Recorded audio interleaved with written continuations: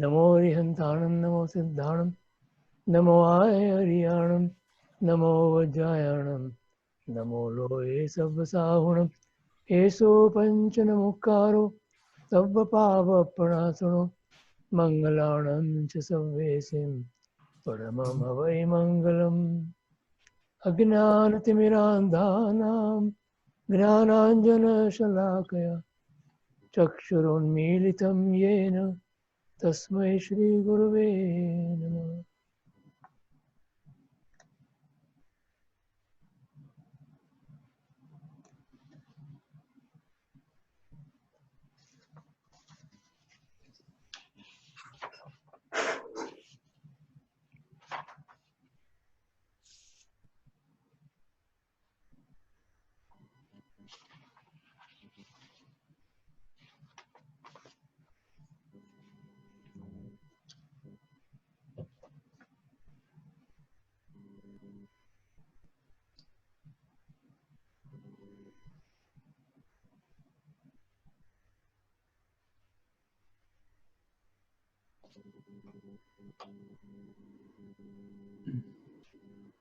जय जिनेन्द्र। જય જિનેન્દ્ર। આજે ગુરુવાર તારીખ 11મી જૂન 2020 પૂજ્ય હરિભદ્ર સુરી મહારાજ સાહેબ કૃત યોગ દ્રષ્ટિ સમુચ્ચય ગ્રંથનું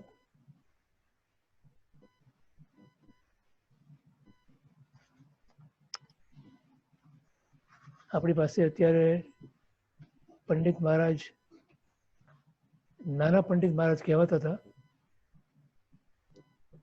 વાચનાદાતા, અધ્યાત્મ ગુણ સંપન્ન, યોગ માર્ગ મર્મગ્ન, પરમ પૂજ્ય ગણિવર્ય શ્રી યુગભૂષણ વિજયજી મહારાજા, નાના પંડિત મહારાજ. અને એમાં આશીર્વાદ આપ્યા છે મોટા પંડિત મહારાજ, ષડદર્શનવિદ, પ્રવચન પ્રભાવક, સ્વર્ગસ્થ પરમ પૂજ્ય મુનિરાજ શ્રી મોહજીત વિજયજી મહારાજા, મોટા પંડિત મહારાજ.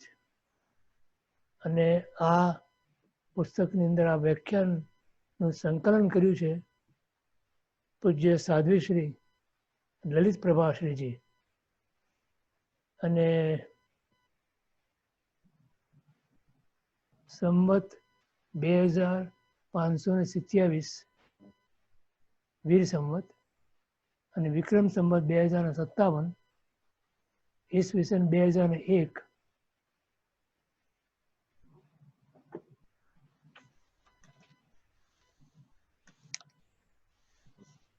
આપણી પાસે આ પુસ્તક આજે આવ્યું.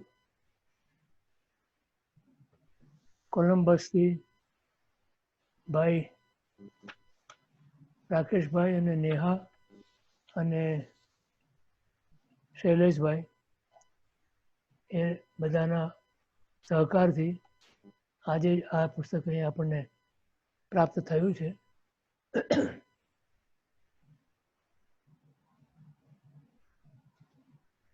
શરૂઆતમાં કહે છે આપણને એ પ્રસ્તાવનામાં પંડિત મહારાજ કે માર્ગદ્રષ્ટા સુરી પુંગવ, પુંગવનો અર્થ છે મહાન, શ્રી હરિભદ્ર સુરીશ્વરજીના અનેક શિરમોર ગ્રંથોમાં જેનું મૂલ્યવાન સ્થાન ગણી શકાય એવા યોગ દ્રષ્ટિ સમુચ્ચય નામના મહાન યોગ ગ્રંથની વાચના આજથી વર્ષો પહેલા હસ્તગીરી મહાતીર્થની છાયામાં આપવાનો પ્રસંગ બનેલો. તે વખતે અપાયેલી વાચનાઓનો સારાંશ પૂજ્ય બાપજી મહારાજના સમુદાયના, બાપજી મહારાજનો સમુદાય એટલે આપણા ગુરુદેવનો, આચાર્ય મહારાજનો સમુદાયના વિદુષી સાધ્વી શ્રી લલિત પ્રભાશ્રીજીએ શબ્દદેહ રૂપે આલેખ્યો, જેના વાંચન માટે ઘણાની માગણી હોવાથી આજે તેને પ્રકાશિત કરાયો છે. આ ગ્રંથમાં શ્રી હરિભદ્ર સુરેશ્વરજી મહારાજે સાધક જીવના મિથ્યાત્વ અવસ્થામાં પણ અનિવાર્ય ઉપયોગી આધ્યાત્મિક વિકાસની અનેક આગવી વિશેષતાઓ સાથે દ્રષ્ટિઓના માધ્યમથી વર્ણન કરેલ છે. આ વિષયની જાણકારી મોક્ષ જીવો માટે ખૂબ જ અગત્યની છે. તેથી આ ગ્રંથના પઠનથી સાધક જીવોને પ્રથમ ગુણસ્થાનક રૂપ મિથ્યાત્વ અવસ્થાની આધ્યાત્મિક ભૂમિકાઓનું માર્મિક જ્ઞાન થાય અને સાધના દ્રષ્ટિમાં રહેલી ગેરસમજ દૂર થાય એ જ અભિલાષા સાથે યોગ્ય જીવો વહેલામાં વહેલા પરમપદના માર્ગને પામો એવી શુભકામના શ્રી પૂજ્ય ગણિવર્ય યુગભૂષણ વિજયજી પંડિત મહારાજે અહીંયા દર્શાવી છે. બે ત્રણ વસ્તુ વિચારવાની છે અહીંયા. એક તો આ એવો એક ગ્રંથ છે કે જેમાં જીવની આધ્યાત્મિક યાત્રા ક્યાંથી શરૂ થાય અને ક્યાં સુધી પહોંચી શકે એનું વિસ્તૃત વર્ણન કરવામાં આવ્યું છે. અને એ યથાર્થ વર્ણન આગમ ગ્રંથોમાંથી આચાર્ય ભગવંતે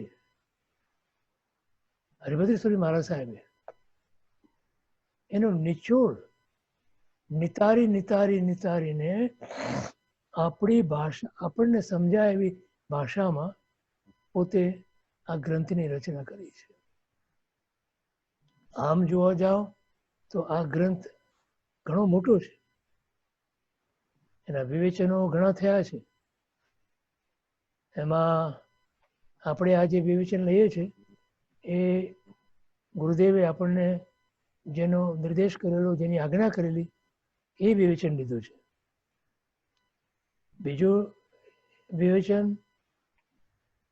મુક્તિદર્શન મહારાજ સાહેબનું છે, યોગ દ્રષ્ટિના અજવાળા, અને એ 3 ભાગમાં પ્રકાશિત થયેલું છે. એમાં એમણે બહુ જ વિસ્તૃત પ્રમાણમાં પોતાની આગવી શૈલીમાં એ વર્ણન કર્યું છે. અને અધ્યાત્મના સ્વરૂપને કેવી રીતે પ્રાપ્ત કરવું આ દ્રષ્ટિને નજરમાં રાખી અને એનું એમણે બહુ સુંદર નિરૂપણ કર્યું છે. પણ એ 3 ભાગમાં છે, ઘણો મોટો વિસ્તૃત છે, ઘણો વિસ્તાર છે એનો. એટલે ગુરુદેવની એવી ઈચ્છા હતી અને આજ્ઞા પણ છે એવી કે આપણે આ ગ્રંથથી એનો પરિચય કરીએ અને પછી જો જિજ્ઞાસુ જે હોય એને આગળ કોઈ અભ્યાસ કરવો હોય તો એ યોગ દ્રષ્ટિના અજવાળા નામનો 3 ભાગમાં રહેલો જે વિવેચન ગ્રંથ એનો અભ્યાસ કરી શકે. ઘણું બધું એમાં પ્રેક્ટિકલ આપ્યું છે. એટલે કે આપણે જીવનમાં કેવી રીતે ઉતારી શકીએ એની બધી સમજણ ઘણી આપી છે એમણે. અને એને કારણે ગ્રંથનું કદ પણ ઘણું બધું મોટું થયું છે, છતાં ઉપયોગી તો ઘણું છે. તો એના વિશે આપણે ફરી જ્યારે ગુરુદેવશ્રીને આપણે આ ગ્રંથ જ્યારે સંપૂર્ણ થશે ત્યારે પૂછીશું અને જેવી આજ્ઞા થશે એ પ્રમાણે આપણે કરીશું. મારી પાસે એને 2 ભાગ આવ્યા છે યોગ દ્રષ્ટિના અજવાળાના. પહેલો ભાગ નથી, એ પ્રાપ્ત કરી અને મોકલશે એમ કીધું છે મને. ત્યારે આપણે એને સાથે રાખશું અને જોશું એમાંથી આપણને કંઈ ઉપયોગી હશે તે જરૂર આપણે વિચારશું.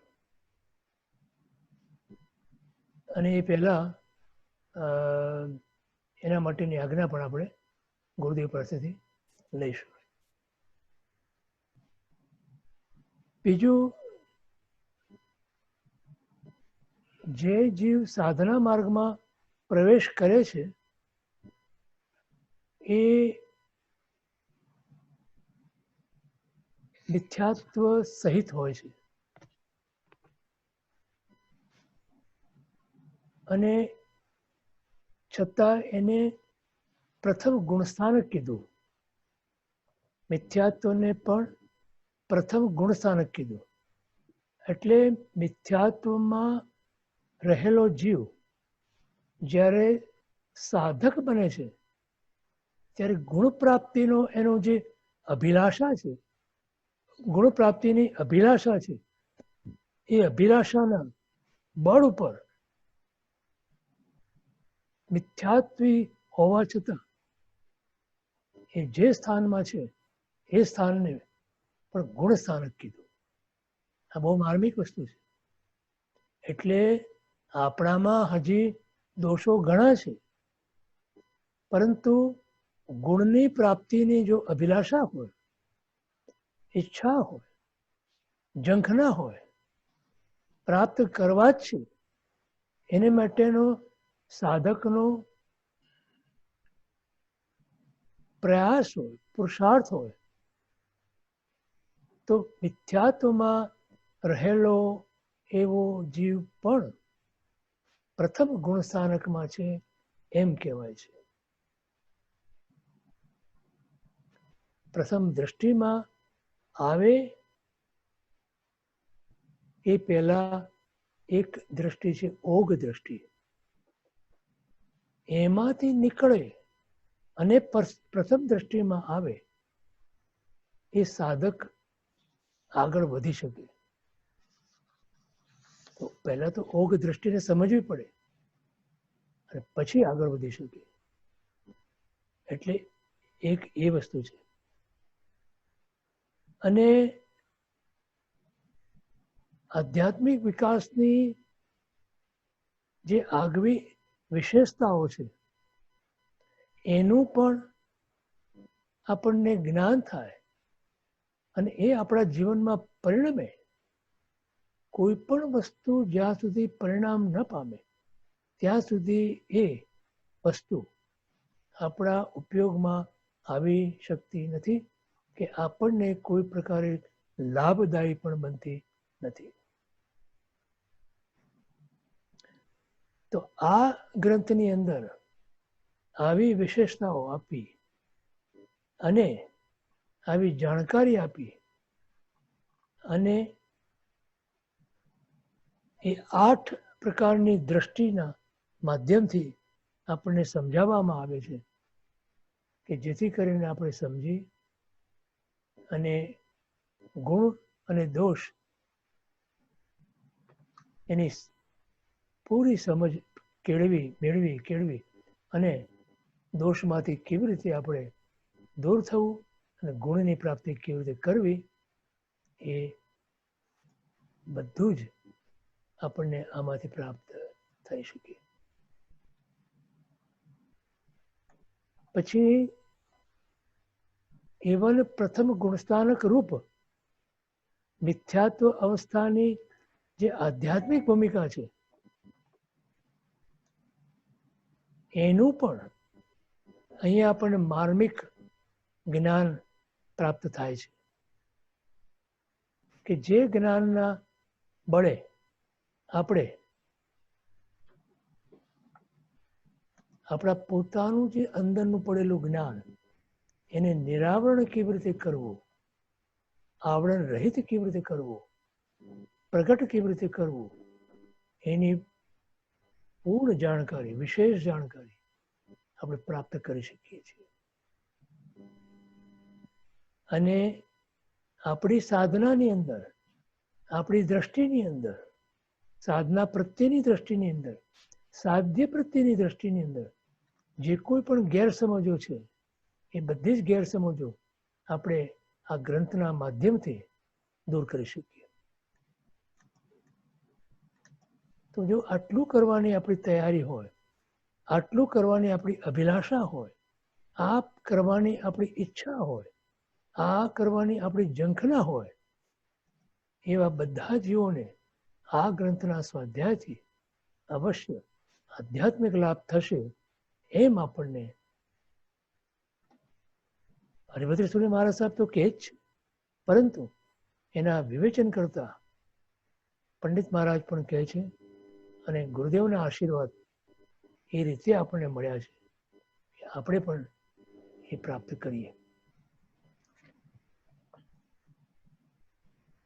કેમ કે આપણને આશીર્વાદ તો એ આપ્યા છે પંડિત મહારાજે કે તમે પણ પરમ પદના માર્ગને પામો. માર્ગને પામો. માર્ગને પામ્યા વગર પરમ પદને કેવી રીતે પામી શકાય? માટે પહેલા તો માર્ગ પામવો પડે. શ્રીમદજી લખે છે કે જીવ અનાદિકાળથી આટલી સાધના કરવા છતાં માર્ગને કેમ પામ્યો નથી એ વિચારવા યોગ્ય છે. માર્ગને નથી પામ્યો તો મંઝિલને કેવી રીતે પામે? તો માર્ગ શું છે, માર્ગને પામવું કેવી રીતે, એની બધી જાણકારી આપણને આ ગ્રંથ દ્વારા પ્રાપ્ત થશે એવી મારી શ્રદ્ધા છે. પણ એક જ શરત છે આમાં, અને તે તમારી અપૂર્વ ઝંખના જોઈશે. આપણે બધાની અપૂર્વ એવી ઝંખના હશે આ માર્ગને પામવાની, તો જ માર્ગ પમાશે. બાકી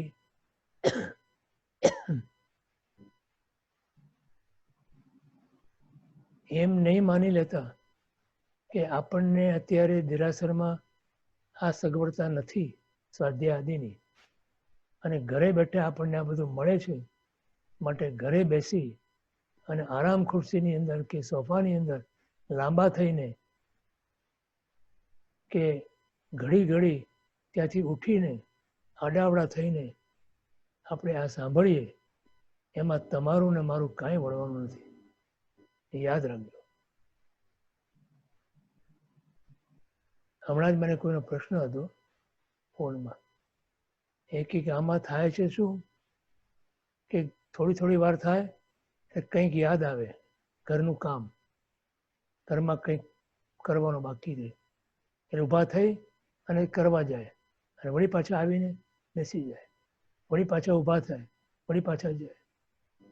અને મેં પણ જોયું છે તમારી ગેલેરીની અંદર કે અમુક લોકો કાં તો આરામથી બેઠા હોય સોફા પર સૂતા, કાં તો ઘડી ઉઠીને જતા હોય, ઘડી સ્વિચ ઓફ કરીને જતા હોય કે હું ના જોઈ જાઉં. તમે તમારા માટે સાંભળો છો, તમારા માટે આ કરો છો, મારા માટે નથી કરતા. એ હું તમે વારંવાર કહું છું, હજી ફરી વાર યાદ કરાવું છું કે જો તમારી 17.5 વખત ગરજ હોય તો બેસજો, અને સામાયિક લઈને બેસો, અથવા તો એવો નિયમ લઈને બેસો કે સ્વાધ્યાય જ્યાં સુધી પૂર્ણ ન થાય ત્યાં સુધી એક આસન ઉપર બેસી અને હું સાંભળીશ. નહીં તો તમને નહીં ફાયદો થાય, કોઈ લાભ નથી આમાં. આવા મહાન ધુરંધરો, મહાન આચાર્યો પોતાના જીવનનો નિચોડ જ્યારે આપતા હોય, પોતાની સાધનાનો નિચોડ આપતા હોય, અને આપણે આવી દ્રષ્ટિથી, આવા ભાવથી જો એને સ્વીકારવાનું હોય, તો તમને એમ લાગે છે કે તમને આમાંથી કોઈ એક તસુવાર પણ, એક અંશ માત્ર પણ, એક ટકો પણ લાભ થશે? માટે તમને કહું છું, પરમાત્માની વાણી છે આ. જીનવાણીનું જો તમને મહત્વ નથી તો જીનેશ્વર ભગવાનનું પણ તમને મહત્વ નથી. ગમે તેટલા દેરાસરમાં જઈને પૂજા ભક્તિ કરો, આ શબ્દ પરમાત્મા છે. દેરાસરની અંદર રૂપ પરમાત્મા છે.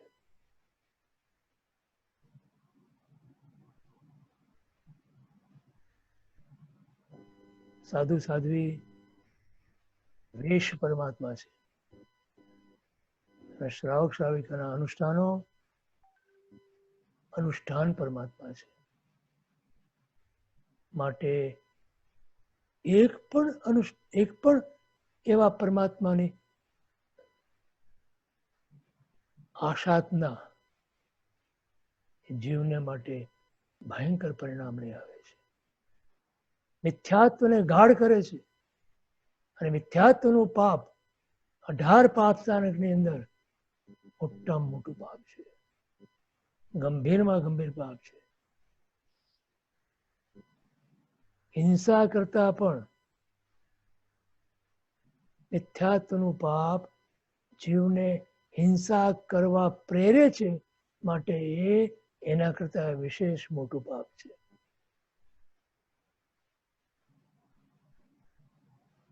સમજાય છે? માટે મારી ખાસ ખાસ ખાસ નમ્ર વિનંતી છે, એક ધ્યાને સાંભળવા એ તમારી તૈયારી હોય, એક આસને બેસીને કટાર બેસીને સ્થિરતાપૂર્વક બેસીને આ સાંભળવાની તૈયારી હોય, આ જીનવાણીને, તો તમને લાભકારી થશે. નહીં તો સંસાર પરિભ્રમણના ચક્રોની અંદર એક ચક્ર તમે આજે વધારી દેશો. જરાક પણ જો અશાત ન થઈ, જરાક પણ એના તરફ દુર્લક્ષ કર્યું, તો તમને જીનવાણીની અશાતનાનું ભયંકર પાપ અને તે મિથ્યાત્વનું પાપ છે. મિથ્યાત્વ જેવું કોઈ બીજું પાપ નથી આ જગતની અંદર. સંસાર પરિભ્રમણની અંદર મિથ્યાત્વ જેવું કોઈ બીજું મોટું કારણ નથી. માટે સમજો, આ હું કહું છું એમ નહીં માનતા. પરમાત્મા અને સદગુરુ આ વાત કરે છે. કલાપુર શ્રી મહારાજ સાહેબના પ્રવચનો જેણે વાંચ્યા હોય કે સાંભળ્યા હોય, એમને ખબર છે કે શું કહેતા હતા પોતે આ બાબતમાં. મુક્તિદર્શન મહારાજ સાહેબના પ્રવચનો કે વાંચનાઓ સાંભળી હોય એને પણ ખબર છે કે શું કહેતા હતા એ મહાપુરુષ આ બાબતમાં. એટલે હું તો એમના માત્ર શબ્દોને ફરીવાર અહીંયા દોહરાવું છું. મારું કાંઈ નથી એમાં, મારા તરફથી આવે છે એવું નહીં માનતા. આ મહાપુરુષો તરફથી આવે છે એમ માનીને એનો સ્વીકાર કરજો. સમજાય છે?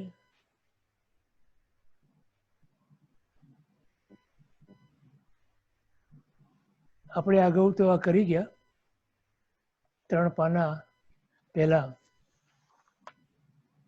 ખાલી ત્રીજા પાનાનું છેલ્લું વાક્ય એક બાકી હતું. હાજી.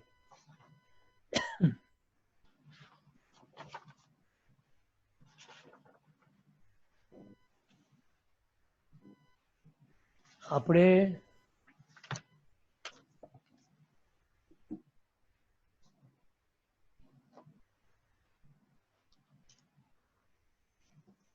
યોગ દ્રષ્ટિમાં પ્રવેશ કરતા પહેલા આપણે ઓઘ દ્રષ્ટિમાં હોઈએ છીએ. ઓઘનો અર્થ છે ચીલા ચાલુ, પરાપૂર્વથી ચાલી આવતી માન્યતા, એ પ્રમાણે કરતા ધર્મ, એને ઓઘ દ્રષ્ટિનો ધર્મ કહેવાય. એટલે એમાં પણ જેઓ ધર્મના શ્રદ્ધાળુ હોઈ શકે, આત્મા પુણ્ય પાપ કર્મ બંધ મોક્ષ આલોક પરલોકની માનતા પણ હોઈ શકે, અને લગભગ આસ્તિક હોય. જે આત્માને માને તે આસ્તિક કહેવાય.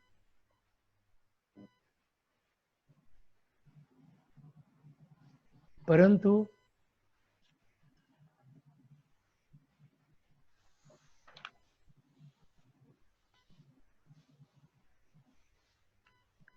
સંસારને જેમણે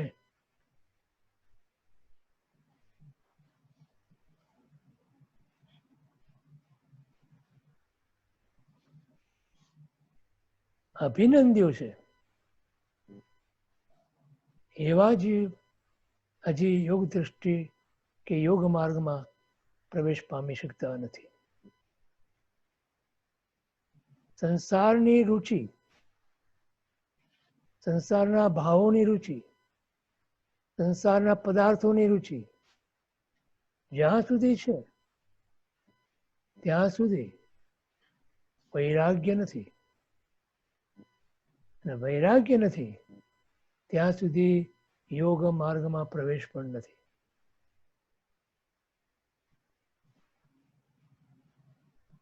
એને ભવાભિનંદીપણું કીધું હરિભદ્ર સુરી મહારાજ સાહેબે.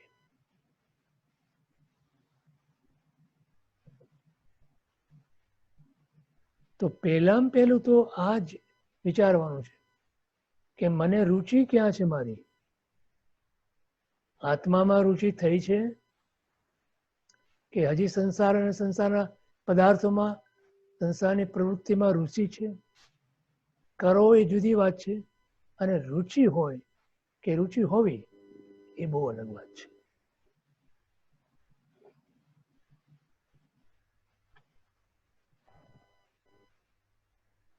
એને આપણે વેઠ કહીએ છીએ. તમને વેઠનો અર્થ સમજાવ્યો હતો પહેલા ઘણી વખત, કે કરવું પડે માટે કરો, પણ તમને ગમે પણ નહીં, તમને રુચિ તો બિલકુલ ના હોય. એવું જ્યારે બને સંસાર પ્રત્યે, ત્યારે તમે ઓગ દ્રષ્ટિમાંથી યોગ દ્રષ્ટિ તરફ વળ્યા એમ કહી શકાય.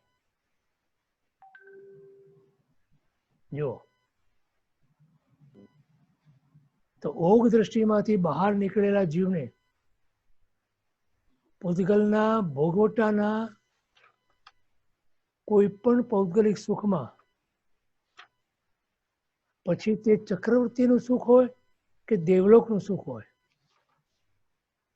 પણ તેમાં દુઃખરૂપતાનું જ ભાન થવા માંડે છે. એટલે પુસ્તકમાં ક્યાં છે સાહેબ? ચોથા પાના પર, ઓકે, ત્રીજા પાનાનું છેલ્લું વાક્ય, આ પુનર્બંધક અવસ્થા. બરોબર.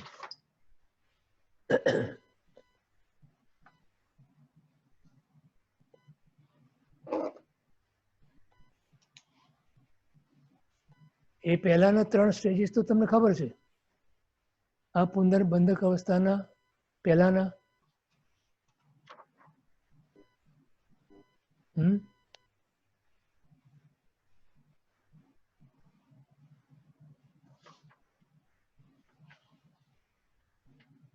આપણે કરી ગયા છીએ. યસ, 2 વાર કરે અને 3 વાર કરે, પછી છેલ્લે આ એક જ વાર કરવાના. અહીંયા હવે કરવાના નથી. 70 કળાકડીનો બંધ, અપુનર્બંધક. દર્શન મોહનીયના 70 કોડાકોડીના ઉત્કૃષ્ટ બંધ જીવ વારંવાર કરે છે. એ હજી ઓગ દ્રષ્ટિમાં છે, હજી એ સંસારમાં છે. સંસારના સુખ પ્રત્યે એની દ્રષ્ટિ, રસ રુચિપૂર્વક સંસાર ભોગવે છે, અને ભોગવું એમાં એને કંઈ ખોટું નથી લાગતું.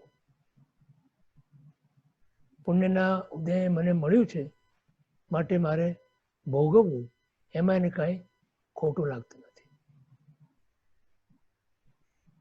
પરંતુ અને એને કારણે એ દર્શન મોહનીયની 70 કોડાકોડી પ્રમાણ, 70 કોડાકોડી સાગરો પણ પ્રમાણ સ્થિતિ એ બાંધ્યા કરે છે.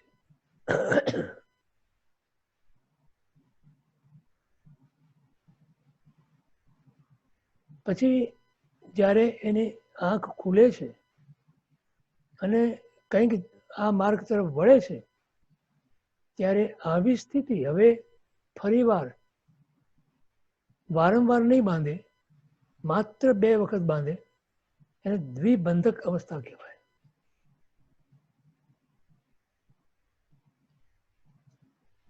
અને પછી એમ કરતા કરતા 1 વખત બાંધી દીધી અને પછી એક જ વખત જ્યારે બાંધવાની બાકી છે એને સુકૃત બંધ અવસ્થા કહેવાય. અને એ પણ જ્યારે બાંધી લે છે, હજી જો સંસારનો રહસ્ય માટે બાંધે છે, બીજી કોઈ કારણસર નથી બાંધતો, રાઈટ, ત્યારે ફરીવાર હવે આવી સ્થિતિ નહીં બાંધે એટલે એનો રસ લગભગ સુકાવા આવ્યો છે, ત્યારે એ અપુનર્બંધક અવસ્થામાં આવ્યા. એને પણ યોગ દ્રષ્ટિની પ્રથમ ભૂમિકા કીધી હરિભદ્ર સુરી મહારાજ સાહેબે. યસ, હજી તો મિથ્યા દ્રષ્ટિ છે,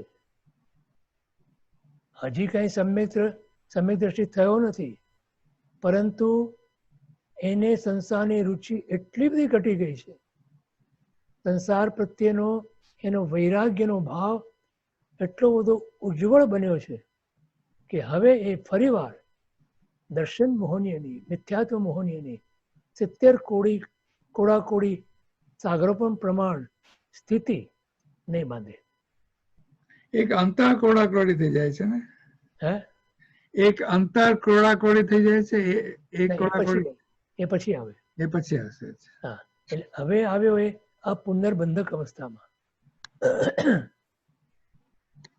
અને એને પણ કાપતો કાપતો જ્યારે 70માંથી અગ્નચિંતન કરતા પણ વિશેષ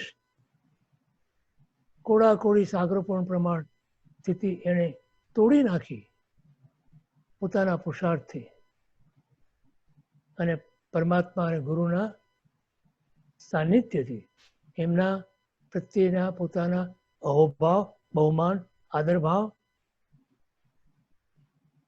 એટલે એ હવે સમ્યક્તોની નજીક આવે છે. સમજાણું? તો અપુનર્બંધક અવસ્થામાં એને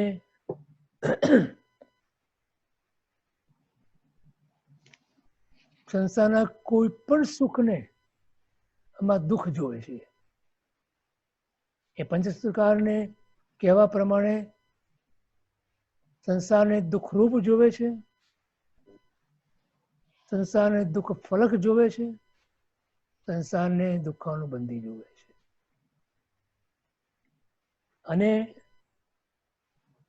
એ સુખ નહીં, સંસારની સુખાભાસ જોવે છે. માત્ર દુઃખનો પ્રતિકાર છે, આવું સમજવા માંડે છે. સુખ જે સંસારમાં છે તે માત્ર દુઃખના અભાવરૂપ, દુઃખના પ્રતિકાર રૂપ છે, બાકી ખરું સાચું સુખ નથી. અંશે અંશે પણ તેને પૌદ્ગલિક સુખમાં દુઃખરૂપતાની અનુભૂતિ થવા માંડે છે. ભોગવતો હોય ત્યારે પણ એમાં એને એમ લાગે છે કે આ હું દુઃખની પરંપરા સર્જું છું, પર વસ્તુમાં નહીં મૂંઝવો એની દયા મુજને રહી. એ ત્યાગવા સિદ્ધાંત કે પશ્ચાત દુઃખતે સુખ નહીં. આ માન્યતા એની દ્રઢ થાય છે.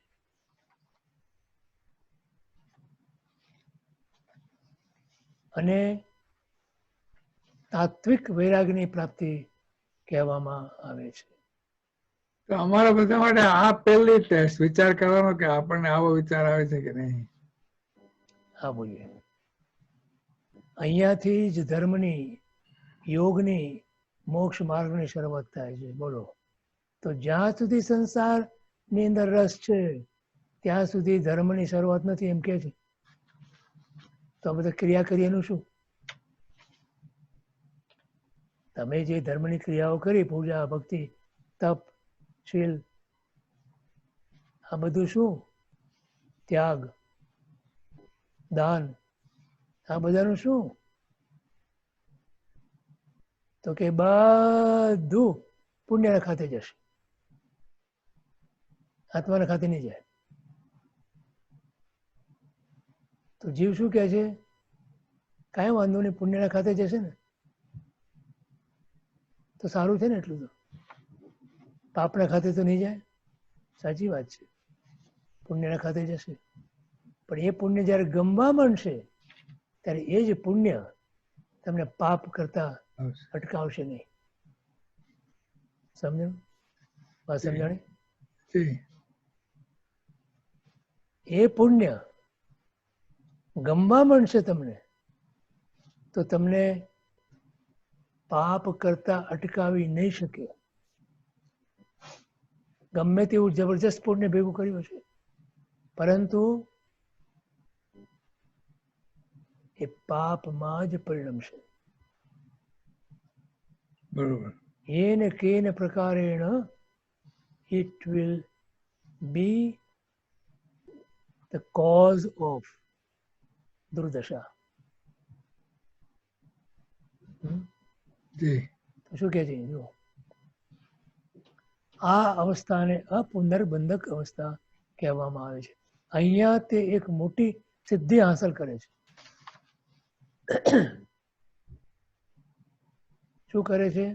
કર્મનો ઉત્કૃષ્ટ સ્થિતિબંધ કરવાની યોગ્યતાને તોડી નાખે છે. હવે એ જીવ એ કોઈ યોગ્યતા જ ન રહી કે હવે દર્શન મોહનીયનું 70 કોડાકોડી પ્રમાણ સાગરોપણ પ્રમાણ કર્મબંધ કરે.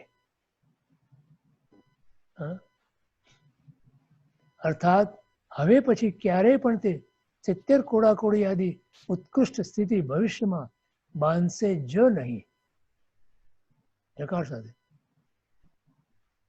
આ અપુનર્બંધક અવસ્થા જેઓ નથી પામ્યા તેવા જીવોનો બધો જ ધર્મ, અંડરલાઈન ધેટ, આ અપુનર્બંધક અવસ્થા જેવો નથી પામ્યા તેવા જીવોનો બધો જ ધર્મ, નો એક્સેપ્શન, એ ઓગ દૃષ્ટિનો ધર્મ કહેવાય છે. એટલે જીવ આનાથી નીચે પડી જ ન શકે એમ. યોગ દ્રષ્ટિ કેમ નથી કહેવાતો? કેમ કે એ ધર્મ તમને મોક્ષની સાથે નહીં જોડી આપે. બરોબર. હજી બોલો. આનાથી જીવ નીચે પડી જ ન શકે એમ કે છે કે યોગી નિરોધમાં જાય તો પણ? શું કહ્યું?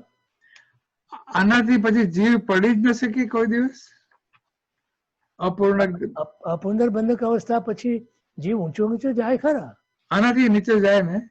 ના, એ ગતિની અપેક્ષાએ તો ઊંચો નીચો ગમે ત્યારે જઈ શકે, નરકમાં જઈ શકે, દેવલોકમાં બી જઈ શકે. પરંતુ હવે એવી સ્થિતિ બાંધશે. પણ જો એ સમ્યક દ્રષ્ટિ સમ્યક્ત્વ પામ્યા પછી એ ન બને આવું, પણ સમ્યક્ત્વ જે પામ્યો નથી ત્યાં સુધી જઈ શકે.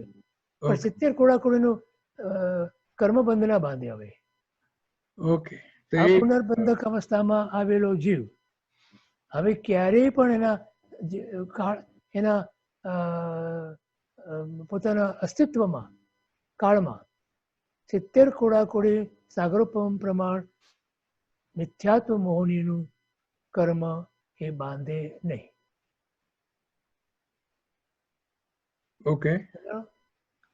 પણ એનો અર્થ એમ નથી કઈ અરે 1 કોડાકોડી સાગરોપમ બાંધે તોય ઘણું એને ઘણા ભાવ કરવા પડે.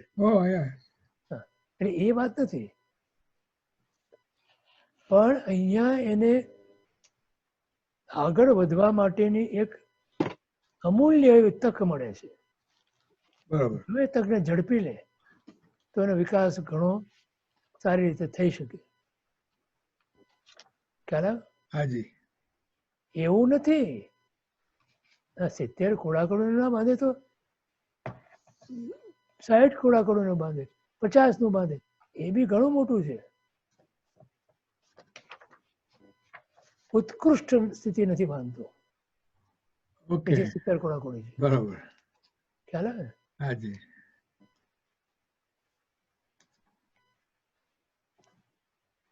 એ આપણે આગળ જોઈ ગયા કે તેઓને સંસારના પૌદ્ગલિક સુખોમાં સ્વરૂપથી દુઃખના પ્રતિકારપણાનું અંશે પણ આત્મસંવેદન નહીં થતું હોવાના કારણે તેમને વૈરાગ્ય તાત્વિક બન્યો નહીં, તેમજ તેમનો ધર્મ પણ તાત્વિક બન્યો નહીં. સમજાણું? જી તાત્વિક ધર્મના પ્રારંભ બિંદુ સમાન ગણાતી આ અપુનર્બંધક અવસ્થા જીવને ચરમાવર્તમાં પ્રાપ્ત થાય છે. This is the important step, important stage. ચરમાવર્તમાં જ્યાં સુધી જીવ ન આવે ત્યાં સુધી એનો મોક્ષ માર્ગનો પ્રારંભ થતો નથી. બરોબર? જી સમજાણું કાંઈ? ચરમાવર્ત એટલે છેલ્લો આવર્ત. હવે એ એક આકાશના પ્રદેશમાં ફરીવાર ઉત્પન્ન નહીં થાય. એક વખત ઉત્પન્ન થયા પછી ફરીવાર ઉત્પન્ન નહીં થાય. એનું નામ ચરમાવર્ત.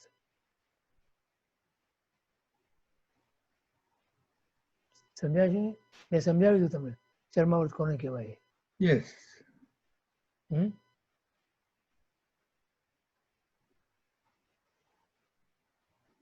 છેલ્લું આવર્ત, સંસાર પરિભ્રમણનું છેલ્લું ચક્ર. અને એ વગર જીવ મોક્ષ માર્ગમાં પ્રવેશ પામી શકતો નથી. ખ્યાલ આવે? એટલે આ બધા જીવો ભવ્ય જ હોય. હાજી, આ બધા જીવો ભવ્ય જ હોય. ચરમાવર્તમાં ભવ્ય જીવ જ આવી શકે.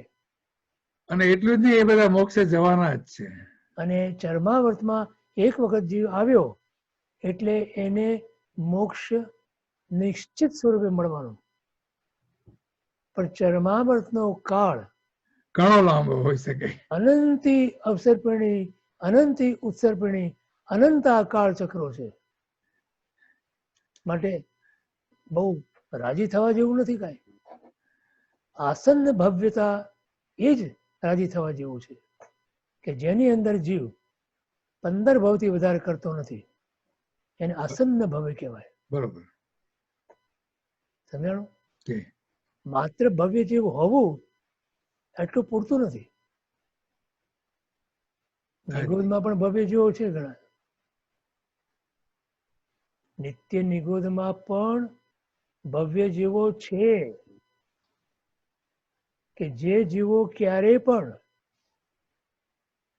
નિગોદમાંથી બહાર જ નથી નીકળવાના. હા, એ પણ એ મોક્ષે પહોંચવાના નથી. અને એ મોક્ષે પહોંચી શકવાના ભવ્ય જેવું છે તો પણ. બરાબર. અહીંયા બંને કન્ડિશન થઈ ગઈ. એટલે એક બેન્ચમાર્ક છે, માઇલસ્ટોન છે, માઇલસ્ટોન. રાઈટ. હેમેન્દ્રભાઈ પ્રશ્ન છે. બોલો. ઈશભાઈ, જય જિનેન્દ્ર. બરોબર. આપણે કહીએ કે ચરમાવર્તમાં અનંતી અવસર્પિણી નો કાળ નીકળી જાય કરીને, હા, અને આપણે અપુનર્બંધક અવસ્થા છે તો 70 કરોડાકોડી રૂપ કર્મ ફરીથી ઉત્કૃષ્ટપણે નહીં બાંધે. કરેક્ટ. તો પછી એક બાજુ આપણે અનંતી ઉત્સર્પિણી અવસર્પિણી કહીએ છીએ, એક બાજુ 70 કરોડાકોડી ઉત્કૃષ્ટથી નહીં બાંધે. તો એ બેનો સમન્વય નથી થઈ શકતો મનમાં. ના, એટલે એમાં કઈ કર્મ બંધની સાથે એને પરિભ્રમણની સાથે કઈ લાગે વળગે નથી. આ તો ખાલી દર્શન મોહની વાત ચાલે છે. જે 70 કોડાકોડી પ્રમાણ દર્શન મોહનીની પ્રકૃતિ જે છે મિથ્યાત્વ મોહનીની, એની વાત ચાલે છે. તો એ તો ભલે ના બાંધે 70 કોડાકોડી પ્રમાણ, પણ બાકીની તો બાંધી શકે છે ને. તે તો બાંધ્યા જ કરે છે ને. અને એની સાથે પરિભ્રમણની સાથે શું લાગે વળગે? એક ભાવની અંદર અગ્નસિંતર કરતા પણ વિશેષ કોડાકોડી સાગરોપમ દર્શન મોહનીયને તોડી શકે છે જીવ. જો છે કે નહીં? શું કહે છે બરાબર. ત્યાં શું કહે છે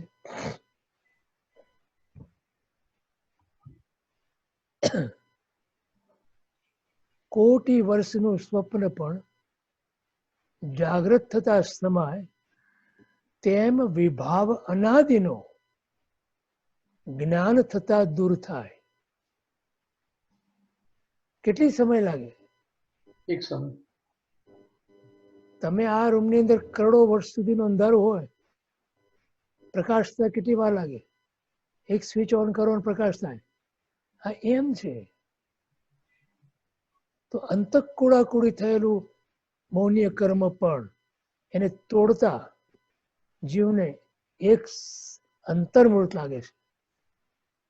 સમ્યક્તોની પ્રાપ્તિને કેટલો વખત લાગે? અરે કેવળ જ્ઞાનની પ્રાપ્તિને કેટલો વખત લાગે? એક અંતર્મુહૂર્ત, લેસ દેન 48 મિનિટ્સ.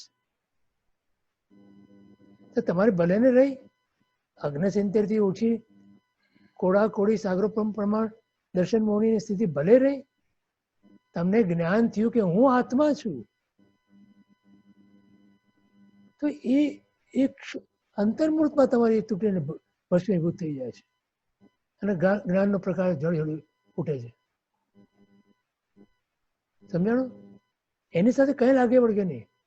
તો સ્થિતિ કહેવા શું માંગે છે કે જીવને માટે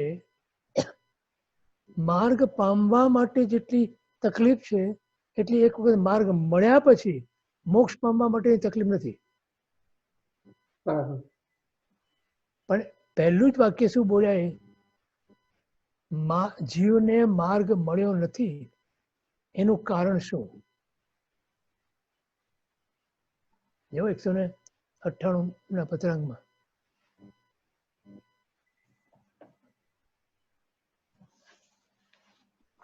તો 194 જોઈ લો.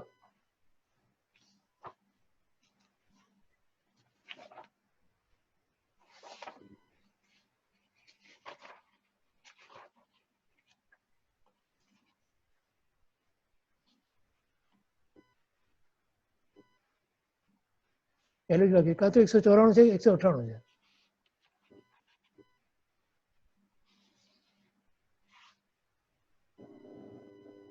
મળ્યું? મળ્યા બંને પણ એ વાક્ય જ નથી મળ્યું. પહેલું જ છે વાક્ય. જીવનો માર્ગ મળ્યો નથી એનું કારણ શું? હા, એ વારંવાર વિચારી યોગ્ય લાગે ત્યારે સાથેનો પત્ર વાંચ્યો. રાઈટ. છે કે નહીં? માર્ગની પ્રાપ્તિનો જ પ્રોબ્લેમ મોટો છે. યસ.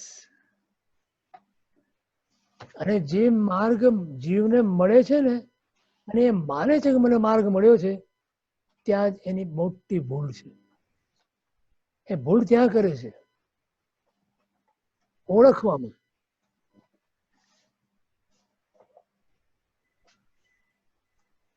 अब क्यों न विचारत है मन से कुछ और रहा इन साधन से. હા,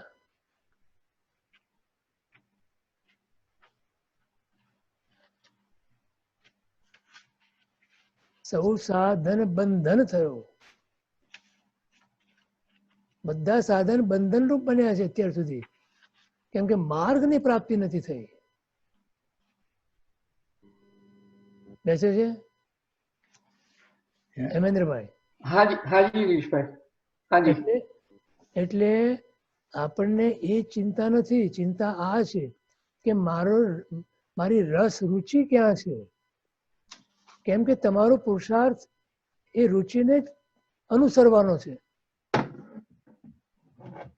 દેવચંદ્રજી મહારાજ સાહેબ સ્તવનામાં કહે છે ને, રુચિ અનુયાયી વીર્ય ચરણ ધારા સદ્ધય.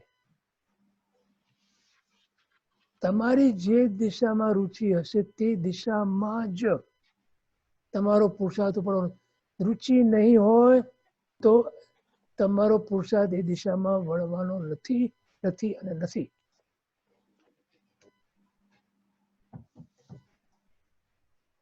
જીવ ભૂલે છે ક્યાં?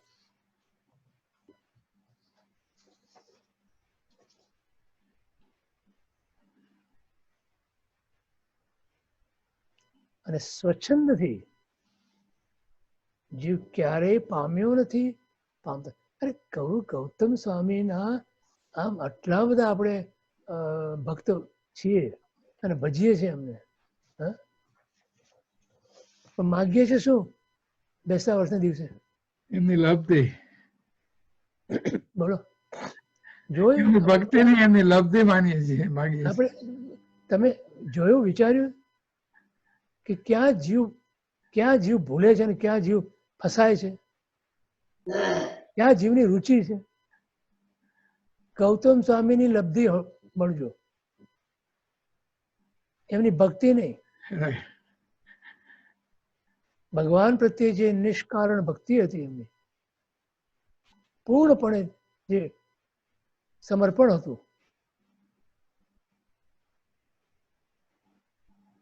વિકલ્પ રહિત તથાસ્તુ હતું. તહત્ય હતી, વિકલ્પ રહિત તહત્ય હતી. Yes. એ છે આપણામાં? ગૌતમ સ્વામીની ભક્તિ ક્યારેય માંગી? બેસતા વર્ષના દિવસે ચોપડામાં લખ્યું, શાલીભદ્રની રિદ્ધિ સિદ્ધિ માંગી, પણ શાલીભદ્રનો વૈરાગ્ય માંગ્યો?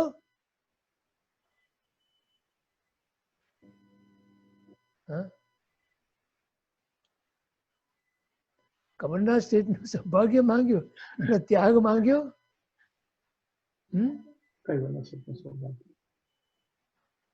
ક્યાં છે આપણી દ્રષ્ટિ? ક્યાં છે આપણું લક્ષ્ય? ક્યાં છે? સૂક્ષ્મતા સુધી આમાં. હવે તમને કઈ આશ્ચર્ય થાય છે કે હજી આપણે કેમ પામ્યા નથી? બરોબર, ન પામવા માટેનું આશ્ચર્ય થાય છે હજી?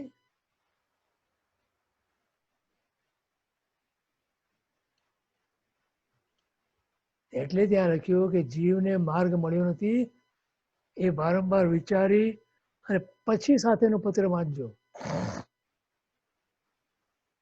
કેમ કે એ નહીં સમજ્યા નહીં તો.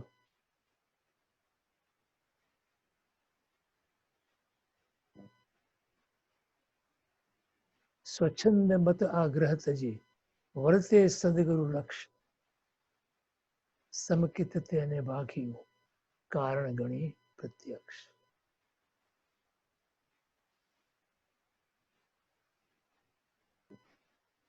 ગાઈ તો જઈએ છીએ આમ હોશે હોશે, પછી શું કહેવા માંગે છે કુદરત વિચાર્યું?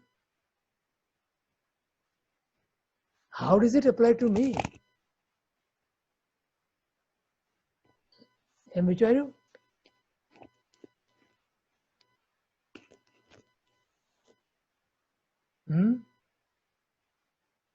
બોલો તો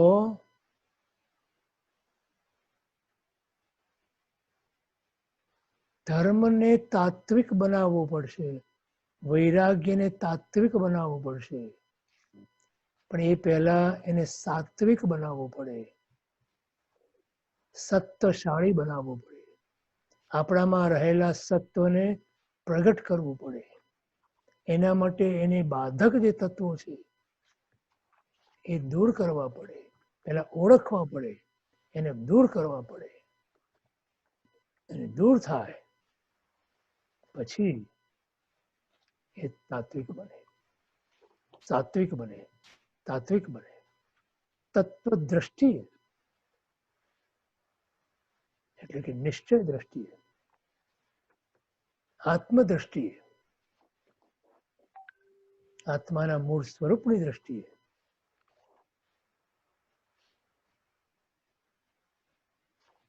એકમાત્ર આત્માની જ લય લાગે જ્યારે, ત્યારે બને.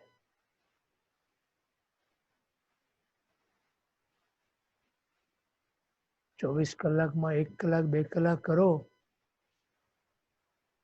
એમાં તો બહુ વળે નહીં આપણું. સતત તમારા મનની અંદર ચાલવું જોઈએ. ભલે તમે બીજા કામ કરો એનો વાંધો નથી, પણ મનની અંદર તો આ જ વસ્તુ ચાલવી જોઈએ. આ વેઠ છે, આ વેઠ ઉતારવાની છે. આવી છે મને પાપના ઉદયથી. સંસારના સુખો ફ્લેટ સમાન લાગવા જોઈએ, ત્યારે એમાંથી કંઈક સત્વ પ્રગટે.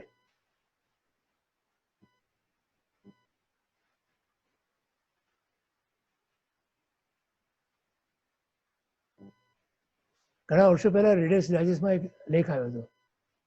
એમાં એમણે એ લેખમાં લેખકે જે એ સ્ટુડન્ટ હોય ને, એ સ્ટુડન્ટ્સ હંમેશા એ જ લાવતા હોય પોતાના ઓલામાં. એનું એ લોકોએ નિરીક્ષણ કરીને, અભ્યાસ કરીને તારવણી કરી કે એમના મનની અંદર એક લગન હોય, એટલે ગમે ત્યાં, ગમે તે અવસ્થામાં, ગમે તે જગ્યાએ અને ગમે ત્યારે જે વિષયનો અભ્યાસ કરતા હોય એ અભ્યાસ જ હોય એમના મનની અંદર. બીજું ત્રીજું કામ કરતા હોય તો પણ જેવું એ કામ પૂરું થયું પાછા લાગી જાય.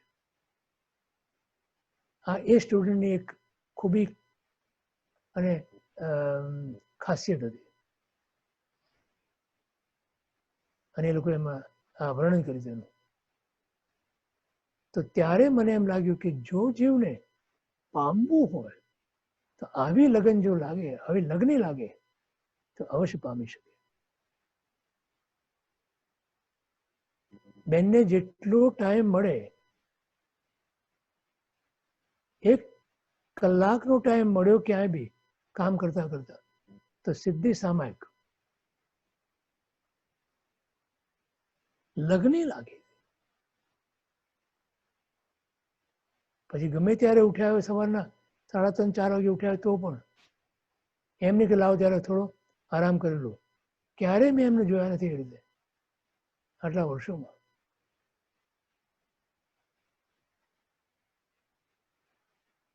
ત્યારે એમ થાય કે જીવને જ્યારે આવી લગ્ન લાગે ત્યારે અવશ્ય પામે.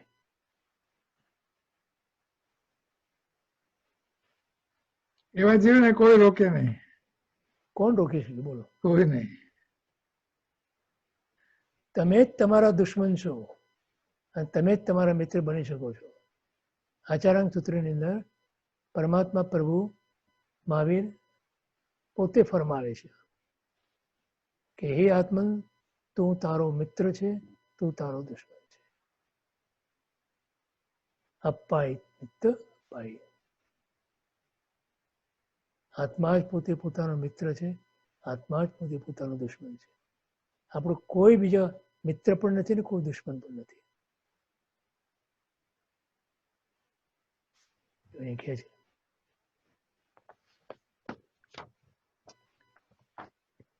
ધર્મના પ્રારંભ બિંદુ સમાન ગણાતી આ અપુનર્બંધક અવસ્થા જીવને ચરમાવર્તમાં પ્રાપ્ત થાય છે. સંસારની રખડપટ્ટીમાં જીવે અનંત પૂતગલ પરાવર્તો વિતાવ્યા છે. તેમાંથી સૌથી છેલ્લો આવર્ત આવ્યો એવો આવે જેમાં જીવને મોક્ષ માર્ગની પ્રાપ્તિ થાય છે અને પછી ક્રમિક વિકાસ સાધતા છેવટે તેની મુક્તિ થાય છે. પહેલા માર્ગની પ્રાપ્તિ અને માર્ગ ઉપર ચાલી મુક્તિની પ્રાપ્તિ. આ પૂતગલા વર્તને ચરમાવર્ત કહેવામાં આવે છે. એ પહેલાના બધા જ પૂતગલ પરાવર્તોને અચરમાવર્ત કહેવામાં આવે છે. ચરમાવર્તમાં આવેલા જીવનું લક્ષણ નીચે પ્રમાણે છે. અહીંયા 3 લક્ષણ બતાવ્યા છે. પહેલું, દુઃખી પર અત્યંત દયા. એકલી દયા નહીં, અત્યંત દયા. આ જીવોને દુઃખીની ઉપર અત્યંત દયા હોય છે.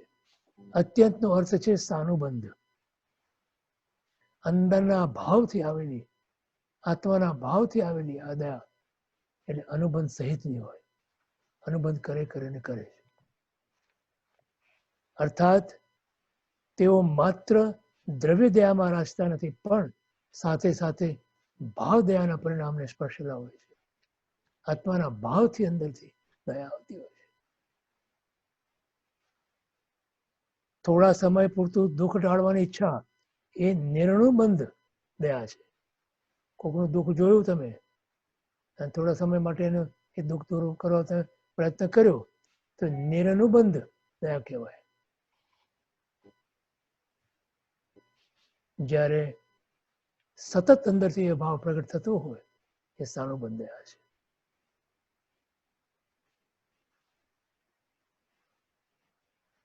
ભાવ દયા એટલે શું કે એ જીવનું કલ્યાણ કેવી રીતે થાય. અત્યારે આ જીવ દુઃખી છે, એ દુઃખનો મારાથી બને તેટલો ઉપાય કરીને દૂર કરવો, પણ સાથે સાથે એને આવું દુઃખ ફરી ન આવે એવું હું શું કરી શકું. આ જે ભાવ આવે એ સાનુબંધ દયા. થોડા સમય પૂરતું દુઃખ ટાળવાની ઈચ્છા એ નિરનુબંધ દયા છે. તેના બદલે તેનું હંમેશનું અથવા લાંબા સમયનું દુઃખ ટાળવાની ઈચ્છા એ સાનુબંધ દયા છે.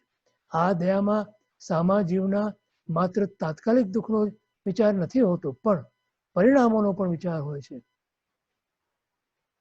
એટલે એના ભાવનો આ જીવો જગતમાં બધા દયાને વખાણે છે, માટે દયા સારી હશે એમ ગતાનુગતિક રીતે દયા નથી કરતા, અથવા તો આલોક કે પરલોકના સુખ મેળવવાના આશયથી પણ દયા નથી કરતા, પરંતુ ક્રૂરતા તેમને સહજ રીતે ગમતી જ નથી, માટે દયા કરે છે. એમના માટે ક્રૂરતા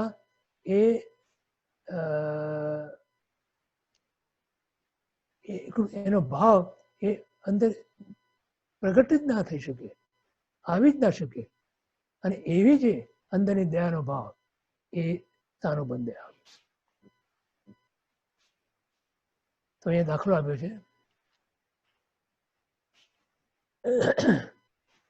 મેઘકુમારના જેવે હાથીના ભાવમાં દયા કરી તે સહજ ભાવથી જ કરી હતી. તેમના વિષય કષાયો હવે ક્રમશર ઓસરવાની તૈયારીમાં છે.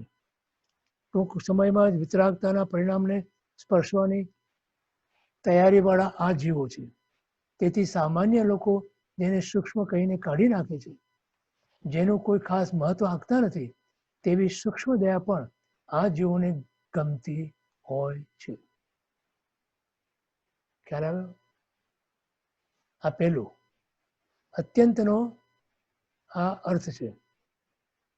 અંદર ભાવ સહિત આમ પોતે દ્રવી જાય અંદરથી એ દયા. પછી બીજું આ અઘરું છે જરા. પહેલું પ્રમાણમાં સહેલું છે, આ ઘણું અઘરું છે. ગુણીજનનું અદ્વેષ.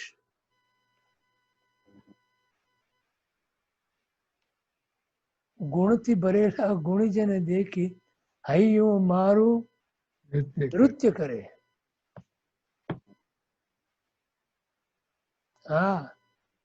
આ ભાવ અઘરો છે. ગુણની અનુમોદના તમે કરશો, પણ ગુણીજનને જોઈને તમને હૈયાની અંદર, તમારા હૃદયની અંદર જે ભાવ ઉલ્લસિત થાય એવું થવું મુશ્કેલ છે, અઘરું છે. અનાદિકાળથી જીવને આત્માના તાત્વિક ગુણો પર દ્વેષ જ હોય છે. તાત્વિક ગુણો પર દોષોની સાથે જ તેણે પ્રીતિ કેળવી છે. પૂતગલના સુખમાં જેને આસ્વાદ લાગે છે, આત્મિક ગુણોમાં તો પૂતગલના ત્યાગની જ વાતો આવે, એટલે એ ગુણો પ્રત્યે તેણે એક જાતની નફરત, દ્વેષની લાગણી કેળવી છે. આથી જ અચર્માવર્તમાં જેવો ધર્મ કરતા હોય છતાં આત્મિક ગુણો પ્રત્યે તેમને દ્વેષ જ હોય છે. અને માટે એવા ગુણોના ધારક એવા ગુણીજનો પ્રત્યે પણ અદ્વેષ બહુ અઘરો છે. કઈ ને કઈ દોષ ગોતી કાઢીએ આપણે.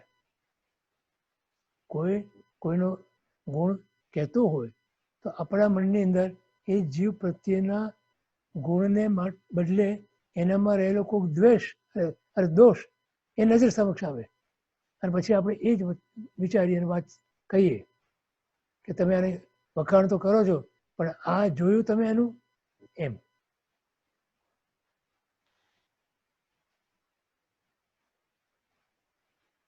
આથી જ અચર્માવર્તમાં જીવો ધર્મ કરતા હોય છતાં આત્મિક ગુણો પ્રત્યે તેમને દ્વેષ જ હોય છે. તેમને ગુણો ગમે તો પણ બહુભૂતો લૌકિક ગુણો જેવા કે સામાજિક ન્યાય, નીતિ, સદાચાર ગમે છે. લોકોત્તર ગુણો જેવા કે વૈરાગ્ય, સમ્યક જ્ઞાન, દર્શન, ચારિત્ર તેમને પ્રાય કરી ગમતા નથી, બહુ ઓછા ગમે છે. સમજ્યા છે? જી ચરમાવર્તમાં જીવ આવે એટલે તેનો ગુણો પ્રત્યેનો આ દ્વેષ ભાવ ઓગળી જાય છે અને અદ્વેષ ભાવ જાગે છે. આમ છતાં કદાચ ગુણોનું સેવન તે ન કરી શકે એવું બને, પણ ગુણો પ્રત્યેનો જે ભાવ છે એમાં ધરખમ ફેરફાર થઈ જાય છે. મહેશભાઈ પ્રશ્ન છે એક સાહેબ. બરોબર. ગિરીશભાઈ જય જિનેન્દ્ર, જી. આમાં જે લૌકિક ગુણો અને લોકોત્તર ગુણોની વાત કરે છે, તો એવું શક્ય છે કે કોઈ જીવને લૌકિક ગુણો અને લોકોત્તર ગુણો બંને ગમતા હોય એવું શક્ય છે? હા, લોકોત્તર ગુણો જેને ગમે એને લૌકિક ગુણો તો ગમે જ. બરાબર. પણ લૌકિક ગુણો ગમે નહીં, લૌકિક ગુણો ગમે એને લોકોત્તર ગુણો ગમે જ એવું નહીં. બરાબર. Thank you.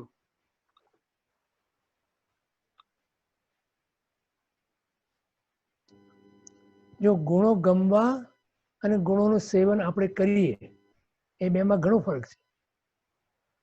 આપણને ગુણો ગમે ખરા ઘણી વખત, પણ આપણા જીવનમાં એને ઉતારવાના હોય, એને ઉતારવાના આવે ત્યારે આપણને તકલીફ પડે છે.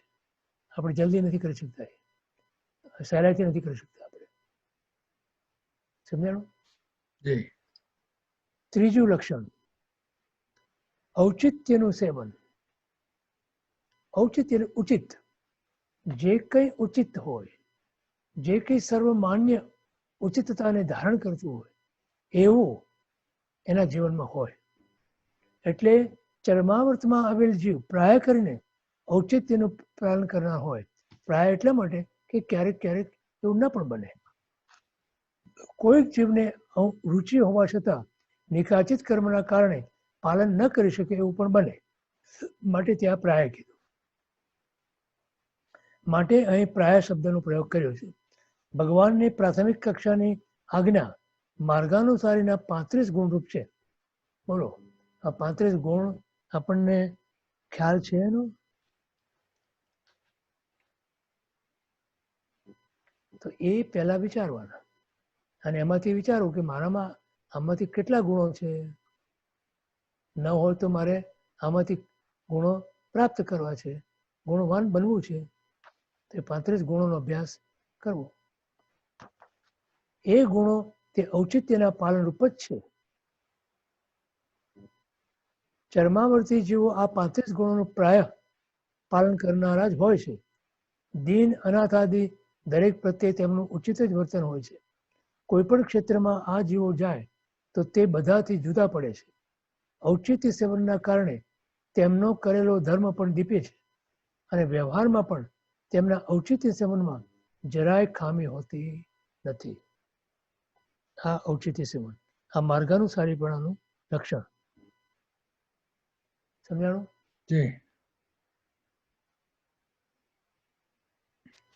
તો આ છે આ પુનર્બંધક અવસ્થામાં આવેલા જીવોના લક્ષણો. આપણે વિચારવાનું હવે કે હું આ પુનર્બંધક અવસ્થામાં છું, તો મારામાં આવી દુઃખી પર અત્યંત દયા હોવી જોઈએ. ગુણીજનો પ્રત્યે કોઈ પણ પ્રકારનો દ્વેષ ન હોવો જોઈએ, એટલે અદ્વેષ. અને મારા જીવનમાં ઔચિત્યનું પાલન એટલે કે 35 માર્ગાનુસારી ગુણોનું સેવન મારા જીવનમાં હોવું જરૂરી છે.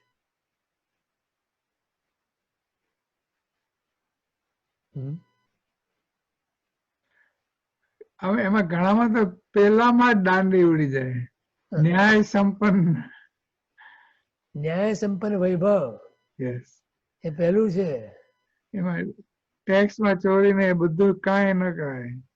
હવે પહેલામાં પહેલું તો એ છે કે જીવની દ્રષ્ટિ ત્યાં વૈભવ તરફ છે, ન્યાય સંપન્નતા તરફ નથી. બરાબર. ત્યાં જ માર ખાય છે.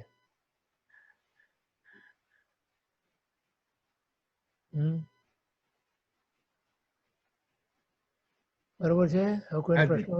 કેટલા સમય થયો છે? કારણ કે બીજો હજી 9 મિનિટ છે. આમ તો તમે જેટલો ટાઈમ જોઈએ એટલો છે, પણ ઓફિશિયલી 9 મિનિટ છે. હવે છે ને ચરમ યથા પ્રવૃત્તિકરણ ની વાત કરે છે કે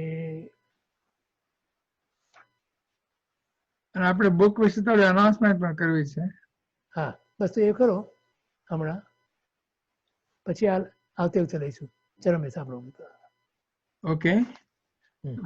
હેમેન્દ્રભાઈ કૃપા કરીને 65 કોપી ઓર્ડર કરી છે. Girishbhai, you can show you the book. I think looks like this, red cover, I believe. અને એ અહીંયા જૂન 22 કે ત્યારથી જરાક પછી વિરેન્દ્રભાઈ પાસે પહોંચશે. અને વિરેન્દ્રભાઈનું મંતવ્ય એવું છે કે આપણે બધાને ડાયરેક્ટ મેલ કરવી છે જેને જોઈતી હોય તે. આપણને એક સ્પોન્સર પણ મળ્યા છે બુક માટે અને ઇનફ્રેટ માટે, ફ્રેટ ફ્રોમ ઇન્ડિયા. એનું નામ મારે બોલાય કે નહીં મને ખબર નથી આજે, તો હવે કેવું કે નહીં હજી નથી ખબર મને, તો ભવિષ્યમાં જોશું. પણ એક સ્પોન્સર મળ્યા છે. તો નિર્ણય એવો કર્યો છે કે આપણે, અને બીજું ગિરીશભાઈ મને કીધું કે આ ગ્રંથ બહુ ગંભીર છે અને ખાલી યોગ્ય વ્યક્તિઓને જ આપવો. અને એનો અર્થ આપણે એવો કહીએ છીએ કે ખાલી આપણે ગુરુઓના ક્લાસમાં જ અનાઉન્સ કરવાના છે, વોટ્સએપમાં નહીં મૂકે કે ઈમેલમાં નહીં કે બીજે ક્યાંય નહીં. એટલે we just limit the copies to people who are really interested. Otherwise ઘણા કલેક્ટ કરે ને પછી પાછી જૈન સેન્ટરમાં કાઉન્ટર પર પાછી આવી જાય, એવું નથી કરવું. હવે જેને જોઈતી હોય એની કોપી એ પોતાના ગિરીશ આપણે વિરેન્દ્રભાઈ, આપણે I put a lot of instruction in the chat. You can look at that today. I will keep it longer. વિરેન્દ્રભાઈને એની ઈમેલ એડ્રેસ પર તમે પે કરી શકો છો. Suggested amount is $5 for those who can afford it. And send him an email with your mailing address, email address and phone number, and how many copies you would like. Most people would only need 1 copy for those who need it. But if you need to, write that down, and then he will mail it to you directly to your home. Most likely you will get it before the end of June. That is the expectation. And if you look at the chat section, you will get his email address, his home, all the instructions right there also. But PayPal is also an option for him. Check is an option, and he's listed a couple of other options.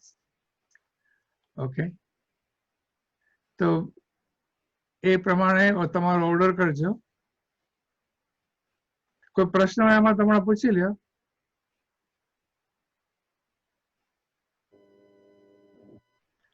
Any question about ordering the book, or we give it back to Girishbhai? બધાને સંભળાય છે ને? ગિરીશભાઈ સંભળાય છે ને? Yes. મને સંભળાય. Yeah, સંભળાય છે બધાને. Give it back to Girishbhai. ચાલો, કોઈને પ્રશ્ન નથી એમ માની લઉં છું. એ કોઈનો હાથ ઊંચો નથી થયો. ભલે. સર્વ મંગલ માંગલ્યમ સર્વ કલ્યાણ કારણમ પ્રધાનમ સર્વ ધર્માણમ જૈનમ જયતિ શાસનમ સદગુરુ મહાવીર સ્વામી ભગવાન જય જય જય જિનેન્દ્ર ગિરીશભાઈ, જય જયંત.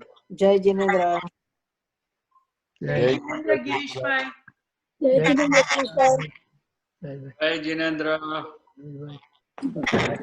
મહેશભાઈ તમારા ઘરે તો I think noise is disturbing.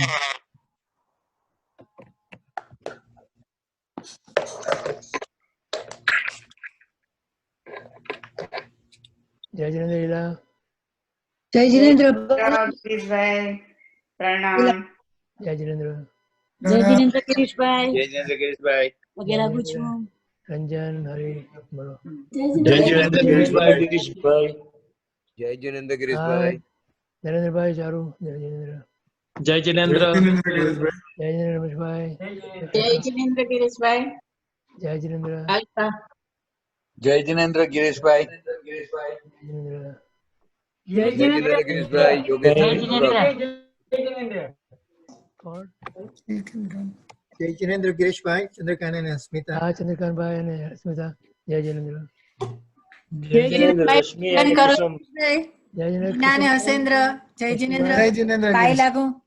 જય જિનેન્દ્ર બીના. આમાં છો આપ. હા, જય જિનેન્દ્ર ગિરીશભાઈ. પાય લાગુ છું. જય જિનેન્દ્ર. ગિરીશભાઈ વંદન કરું છું. હા શીતલબેન. જય જિનેન્દ્ર. જય જિનેન્દ્ર. મણિભાઈ જય જિનેન્દ્ર અને સવિતા હા, જય જિનેન્દ્ર. જય જિનેન્દ્ર. ગિરીશભાઈ જય જિનેન્દ્ર. હાજી જય જિનેન્દ્ર. જય જિનેન્દ્ર ગિરીશભાઈ, કાશ્મીરા બોલું છું. પાય લાગુ. હા જય જિનેન્દ્ર. મમ્મીને યાદ કરજે. હા, એને પણ તમારી ખબર. જય જિનેન્દ્ર ગિરીશભાઈ. રશ્મિ અને કુસુમ. હા જય જિનેન્દ્ર. સાંભળ્યું છે શરૂઆતનું? આજે આજે તમે ગિરીશભાઈ મને ટોટકલાક એક જ ચેર પર બેસતા કરી દીધા છે. તમે સાંભળ્યું હતું ને શરૂઆતમાં મેં શું કીધું હતું? એટલે જ કહ્યું ને, મને એમ લાગ્યું તમે મારા માટે જ કે કોઈના માટે નથી કહેતો હું. આઈ નો એના માટે કહું છું. પણ બહુ સરસ. હજી થેન્ક યુ. જેને ટોપી પહેરી પહેરી લે. પહેરી છે ટોપી. એમણે તો હે એને પહેરી છે ટોપી. હા એ તો પહેરે જ છે તો.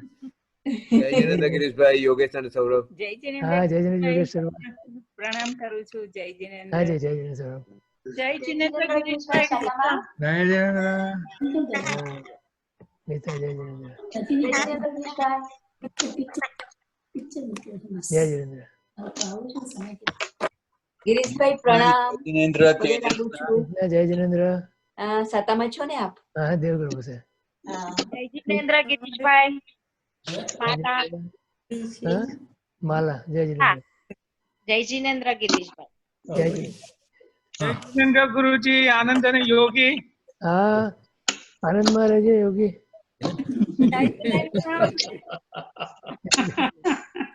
આનંદમાં રહેજે. જય જિનેન્દ્ર.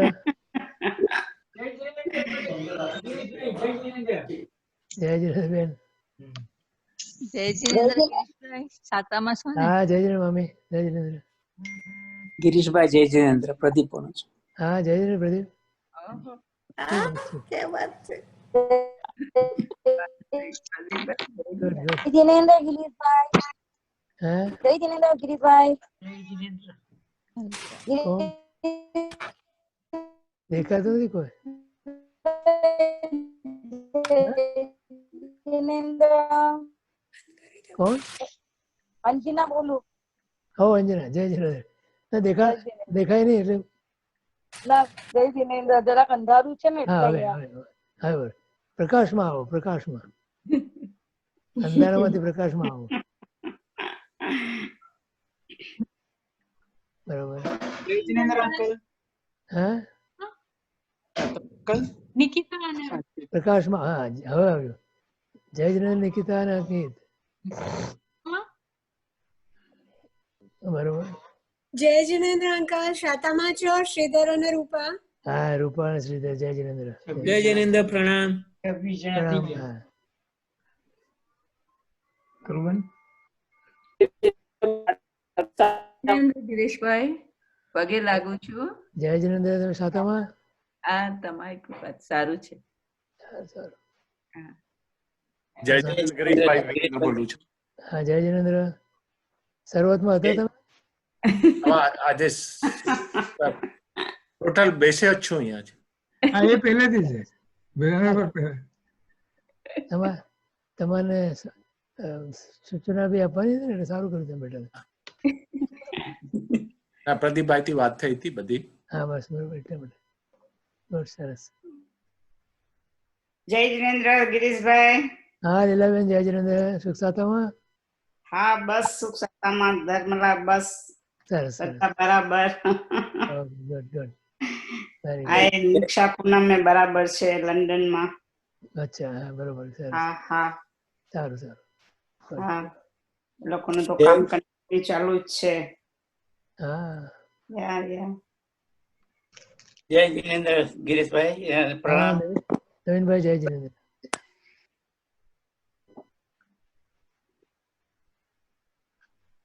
ગિરીશભાઈ જય જિનેન્દ્ર મીના વાત કરું. કોણ મીના કોણ હા બધા કહી દે ને બધે થઈ ગયું. મીના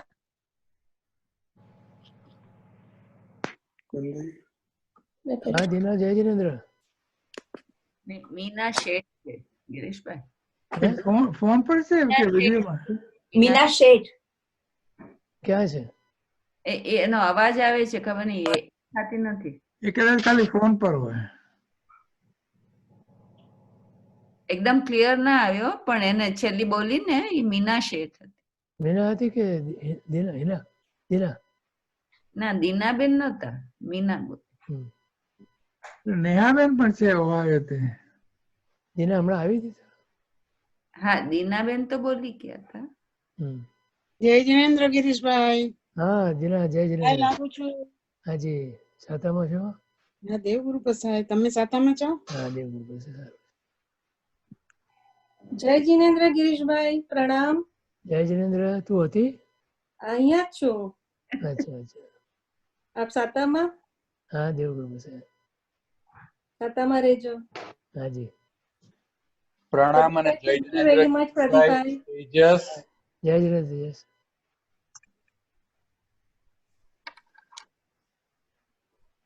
પ્રદીપભાઈ ને thank you very much. You welcome બેન. અમને બીજું પ્રદીપભાઈ પ્રણામ તમને. જય જિનેન્દ્ર ચેતનાબેન. જય જિનેન્દ્ર. પ્રણામ પ્રદીપભાઈ. જય જિનેન્દ્ર. થેન્ક યુ પ્રદીપભાઈ. ત્યારે બધા મારું નામ લે ત્યારે બંધ કરવાનો ટાઈમ થઈ જાય. નહીં નહીં વાંધો નથી ચાલુ રાખો. ના રહી એટલે અમારું રહી જાય કે ઘણી વખત તમે પ્રણામ કહેવાનું. પણ તમારે ચેટ માંથી કઈ કોપી કરવું હોય તો કરી લેજો. એટલે બધા ટાઈમ સર આવે તો સારું. હજી ઘણા લોકો મોડા આવે છે. એ પહાડ વરસાદના જ છે. મેં કરી છે.